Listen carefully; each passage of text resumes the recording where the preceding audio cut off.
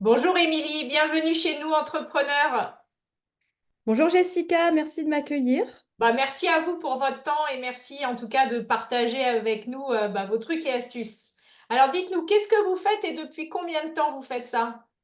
Alors, je suis fondatrice d'un lab d'innovation depuis 2015, donc qui Oui. s'appelle EMI Digital. Donc, un lab d'innovation, à la fois, on est centre de formation, donc on délivre des formations orientées design thinking, design sprint. C'est vraiment dans une intention d'innover Ok, et d'accompagner les transitions et le changement par l'intelligence collective et en mettant l'humain et les utilisateurs, les clients, les usagers au centre des stratégies. Donc, c'est à la fois des formations, mais aussi des projets que l'on accompagne. Donc, on peut par exemple animer des design sprints, des séminaires, des séances d'accompagnement d'entreprises. Donc, soit ça peut être le dirigeant ou l'équipe directement, une équipe managériale. d'accord. Et alors, comment vous avez eu l'idée? Comment ça vous est venu? Alors, en fait, j'ai fait une reconversion professionnelle en 2014. Ok, Après plusieurs expériences dans à la fois une start-up parisienne et un grand groupe bancaire. d'accord. Je me suis dit là, je dois faire un point sur ma vie professionnelle, savoir ce que je veux vraiment. J'ai fait en fait un bilan de Ouais, compétences et j'étais très engagée dans l'association Jeunes Chambres économiques françaises ok. qui m'a ouvert vraiment les, le champ des possibles sur le fait de pouvoir être acteur dans la société et de pouvoir Super, agir positivement et de génial. me connecter aux valeurs de la jeune chambre. Ça m'a permis de me sentir déjà plus libre que ce que j'avais vécu, expérimenté à titre purement professionnel en début de carrière. Et je me suis dit, ben, je vais faire une reconversion. Et je suis retournée à l'école pour apprendre, donc suivre une formation pendant un an sur la stratégie digitale et l'UX design, design d'expérience utilisateur, chef de projet digital. Génial. J'avais 30 ans passés. Waouh. Voilà. Et bah, au lieu de retourner sur le marché du travail et de l'emploi, c'était plus du tout possible pour moi. Ça vibrait pas du tout. Je me suis dit, je vais proposer aux personnes qui étaient avec moi en formation de monter. Alors moi, je montais en fait une agence Ouais. de communication pour avocats. Ok. Je pourrais faire assez court. J'ai vraiment fait un gros pivot en fait sur mon activité. Ah Et je ouais? leur proposais à mes chers compagnons je voulais monter en fait l'agence et qu'on travaille ensemble plutôt que de retourner à postuler dans des entreprises. C'était de monter un projet ensemble et on a monté cette agence D'accord. à destination des avocats qui avaient le droit de communiquer. C'était en 2015. D'accord. Eu le vade-mecum de la communication et il s'avère qu'ils ont eu le droit de communiquer du jour au lendemain quasiment. Ouais. Moi, j'ai proposé en fait une approche UX design. Donc, j'ai interviewé les avocats, les cabinets d'avocats pour comprendre leurs problématiques. Et puis, j'ai appliqué toute la démarche pour leur proposer des formules d'accompagnement de communication avec des packages de sites Internet et puis tout un package de communication vraiment adapté et facile pour eux Super. à déployer. Ouais. Et j'ai commencé avec une société voilà, d'agence de com pour avocats. Ok. Et petit à petit, ça a duré un an. J'ai été rappelée par l'équipe pédagogique de l'école dans laquelle j'avais fait mes premiers pas pour former. Ok. Et entre autres, j'avais des expériences en tant que formatrice avec la Jeune D'accord. Chambre économique et sur des sujets de pilotage de projets digital. Je formais à piloter des projets. Et l'école me rappelle et je deviens formatrice sur les programmes naissants autour du D'accord. design d'expérience utilisateur, l'UX design. Ok. J'ai monté une équipe de formateurs, on a créé les programmes avec l'équipe pédagogique de l'école. Et j'ai formé dans cette école, dans deux, trois, quatre, cinq écoles, sur les design sprints, le design thinking. Et j'ai vraiment adoré. Et je me Génial. suis sentie beaucoup mieux dans cette posture qu'auprès des cabinets d'avocats. Ouais. En plus qu'auprès des avocats, en fait, je me rendais compte que j'étais une formatrice, c'est-à-dire que je les sensibilisais à la communication. Je passais des fois 2 heures autour d'une table avec tous les 12 avocats du cabinet. Et puis parfois, bah, ils n'osaient pas passer le pas, plus que Ouais. ça. Ouais. Et j'ai dû faire un choix. EMI Digital ou Thémis Communication.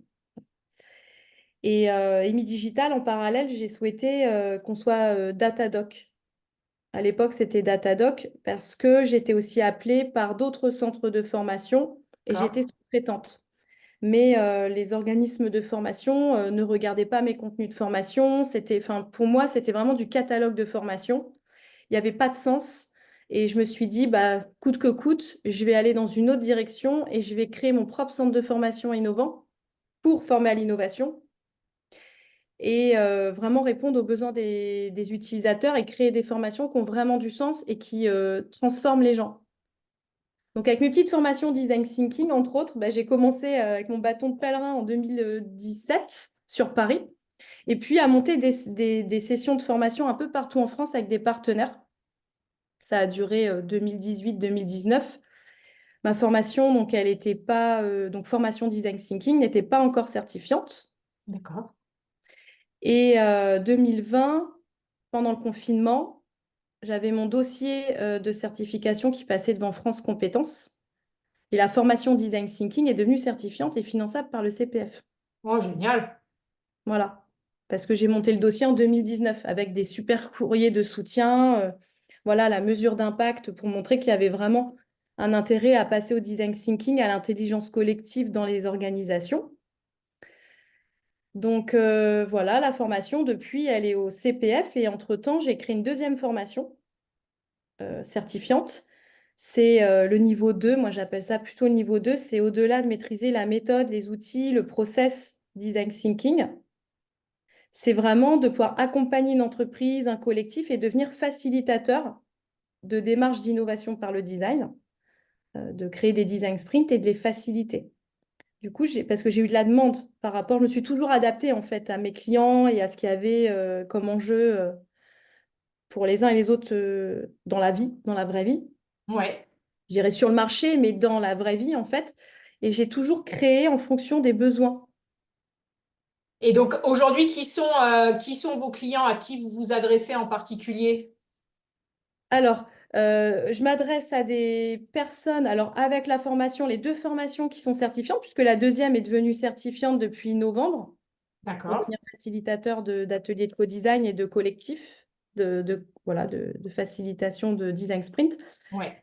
Alors, j'ai à la fois, il y a vraiment deux catégories de clients.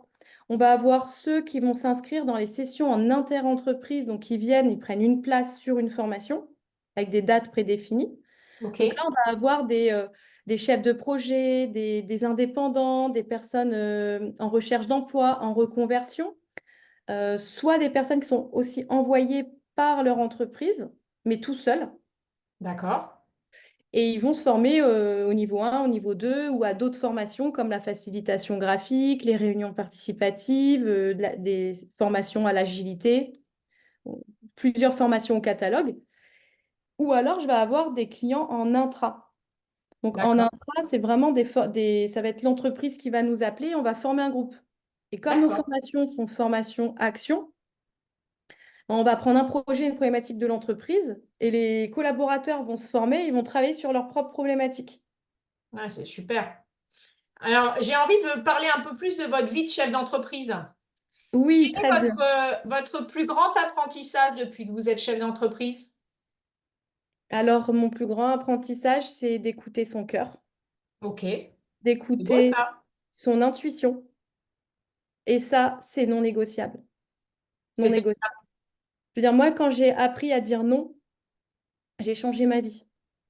Au début, je prenais un petit peu toutes les opportunités qui se présentaient à moi. J'étais un peu à me lancer sans trop tester aussi. Donc, je pense qu'il faut tester et du coup, appliquer la méthode design thinking de design sur soi-même parce que pour moi, il faut vraiment partir du besoin des clients, proposer des solutions et les tester parce que je me suis souvent engagée dans pas mal de projets sans mesurer l'ampleur du travail et à m'épuiser. Ok. J'ai pas osé dire non à certaines personnes ou certains projets quand je les sentais pas. Et à 100%, tous, hein, je les ai passés en revue, j'ai fait un gros travail sur moi, j'ai été accompagnée aussi pour ça. Je pense que Génial. j'avais toujours la réponse en moi. et je voulais pas m'écouter. Long sujet. Et effectivement, apprendre à s'écouter, c'est pas ce qu'il y a de plus simple. Voilà. Et puis, bah, c'est un travail encore au quotidien, hein, ça c'est clair et net. On est Mais d'accord. voilà. Mais quand même, ça a été la clé. La Ouais. clé.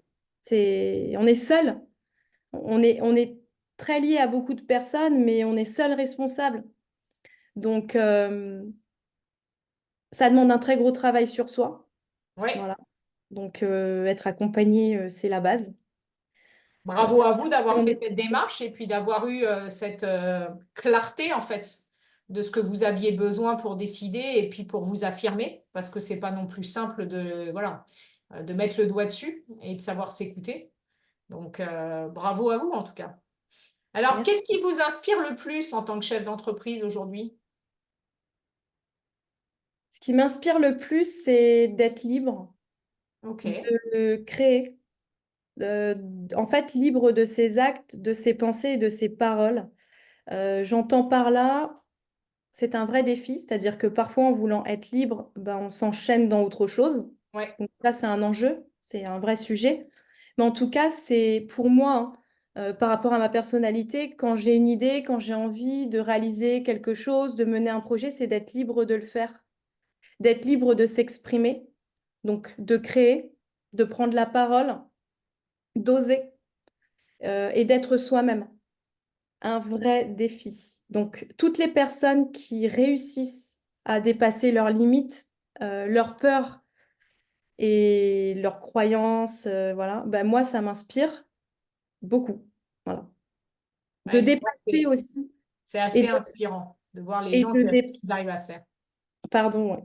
Et de les personnes qui m'inspirent, ça va être aussi de dépasser ces barrières, ces handicaps, voilà, c'est peu importe le contexte dans lequel on vit ou d'où on vient, c'est d'oser rêver, d'être libre, de continuer et d'avancer.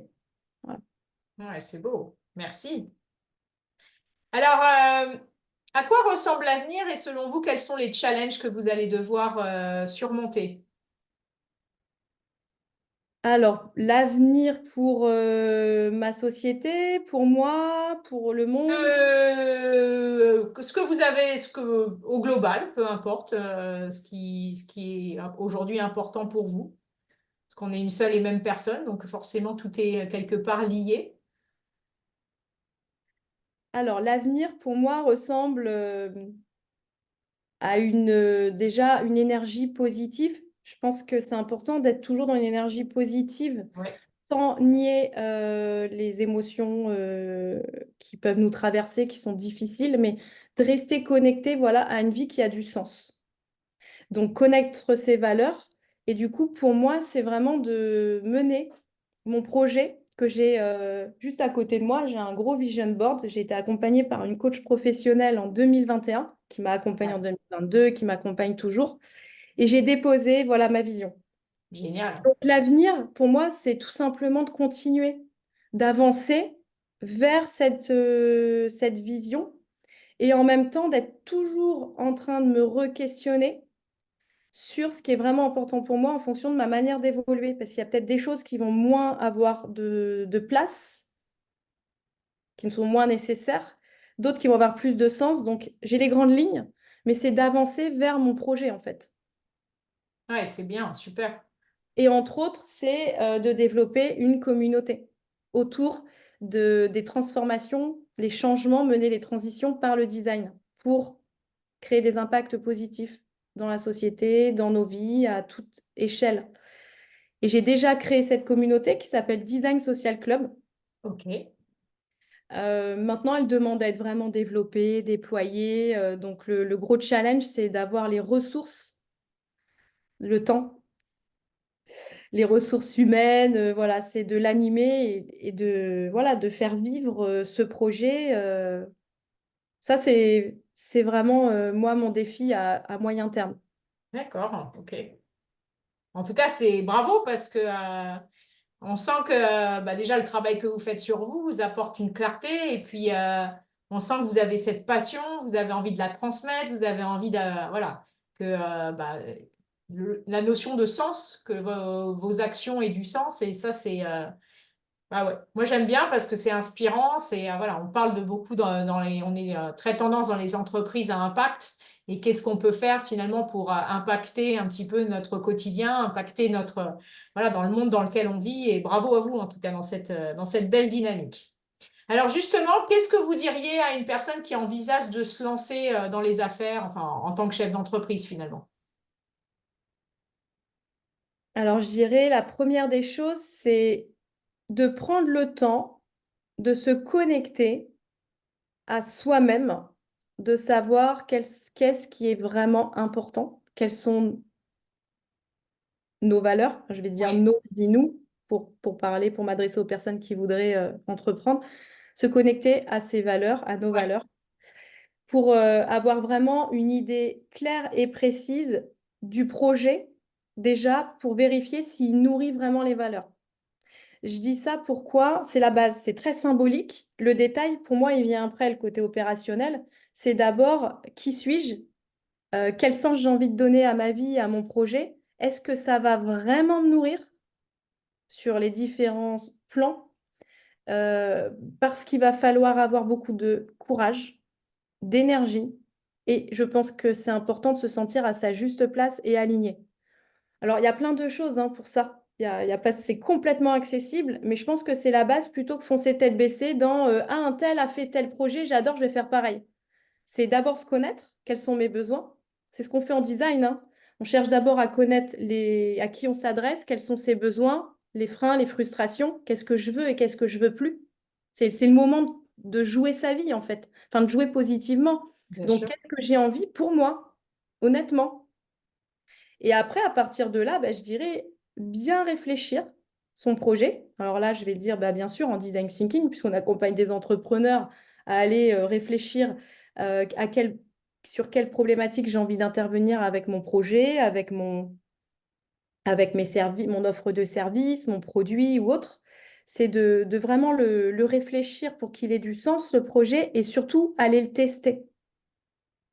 Il faut vraiment tester avant de déployer parce que ça demande beaucoup d'énergie déjà de proposer un projet, une offre, un concept, qu'on soit très innovant ou pas innovant. De déployer en fait le projet, l'offre sur un marché, c'est un vrai sujet.